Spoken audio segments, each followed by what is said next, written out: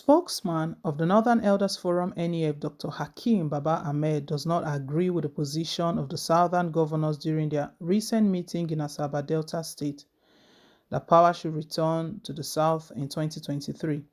In this interview with correspondents, the one-time INEC secretary says anyone wishing to rule Nigeria should go round the country and persuade the electorate on why they should vote for him. Baba Ahmed, a strident critic of President Muhammadu Buhari, says he has failed woefully in running the affairs of the country, citing the poor state of the economy and the security challenge. He claims that the president's style gave rise to the emergence of the likes of Sunday Igboho and Nnamdi Kanu. He was asked, how do you assess the state of Nigeria today? Do you see light at the end of the tunnel, or are you discouraged about the nation's prospects? His response was, there is always light at the end of the tunnel, but whether we discover that light or whether it actually leads us to the way out of the tunnel is a different thing. The country is in a very serious trouble. We have very poor leadership at all levels. It is quite possible we have never had the kind of leadership that we have today, and there doesn't appear to be a political will to address the challenge. The nation has achieved a lot. It's when we muster these energies, tap into a huge amount of experiences and insights and commitment to salvage the nation, and then create awareness among Nigerians that we can recover Nigeria and build it.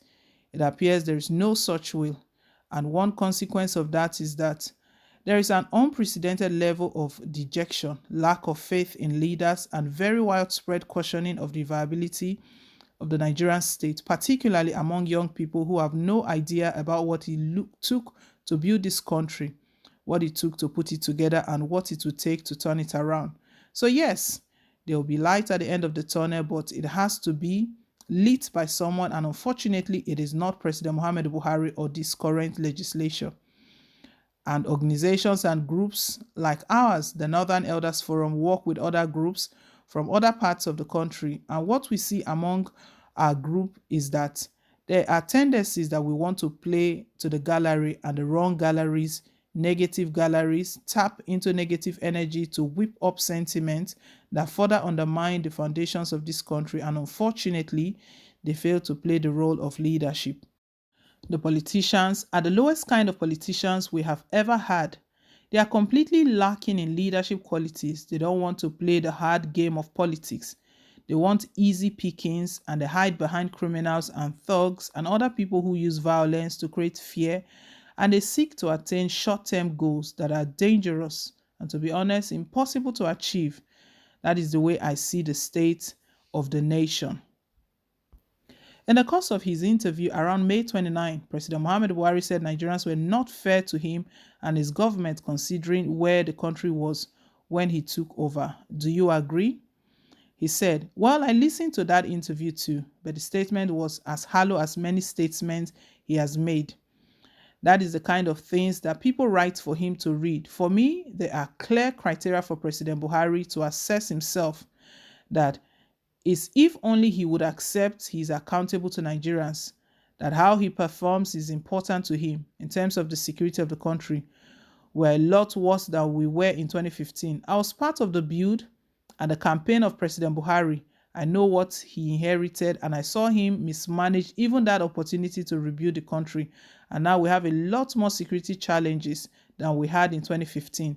The country is a lot worse. So I don't know what his definition of fairness is, unless he just wants people who have become victims of crimes and violence to just say, thank you very much, sir, for claiming doing the job that you have not even done. But we judge him by how many people are kidnapped by day, how many people are murdered by the day, how many people are pushed away from their homes, villages, and their farmlands, and we judge him by the threats to the security and integrity of the nation. Those are the criteria by which we judge him. So I think when he says things like we are not fair to him, he merely reads the speeches, but he doesn't read the country. The economy is also a lot worse. We've lived on a lie for the last 5-6 years. We keep borrowing money that even our grandchildren will not pay. And all these false claims that the economy is doing well, and we know that it is not true.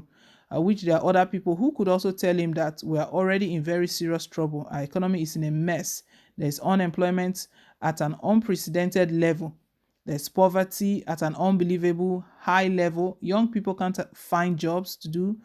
And farming is under serious threat in this country because of insecurity. So, by what yardstick is the president going to say to Nigerians that he has done better in terms of the economy?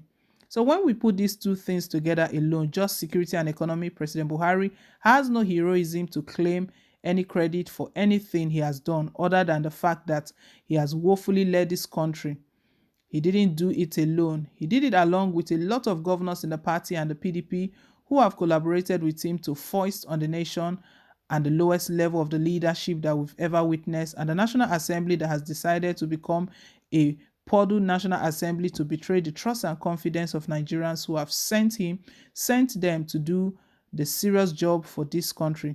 When you put all these things together and then look at all these quarrels, we have never had all this kind of rhetoric about irredentism, secession, and we don't want to be part of this country.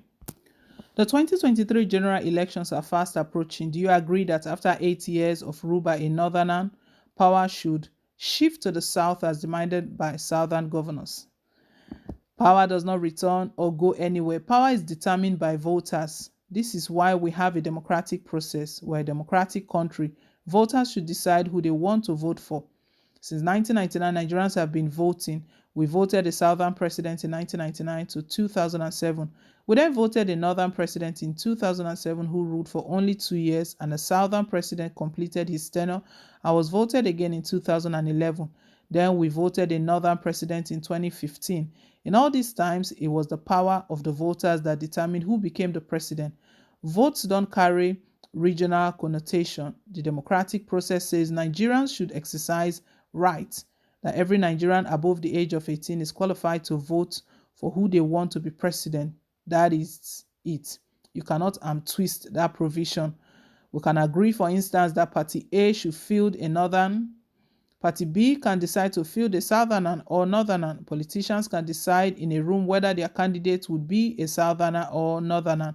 What you cannot do is to insist that voters from the northern part of the country must vote a southern candidate, or all political parties must field southern candidates.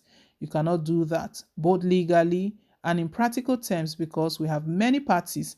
If we have 5 parties and one of the parties fields a northern candidate and the northern candidate scores the highest vote, he becomes the president. You cannot force voters to choose a candidate that is not his choice just because the candidate comes from a particular region of the country. You cannot tie up northern voters completely and totally and say he must not vote for any party that fields a northerner for the position of the president. You need to persuade people. You need to do the hard work of politics.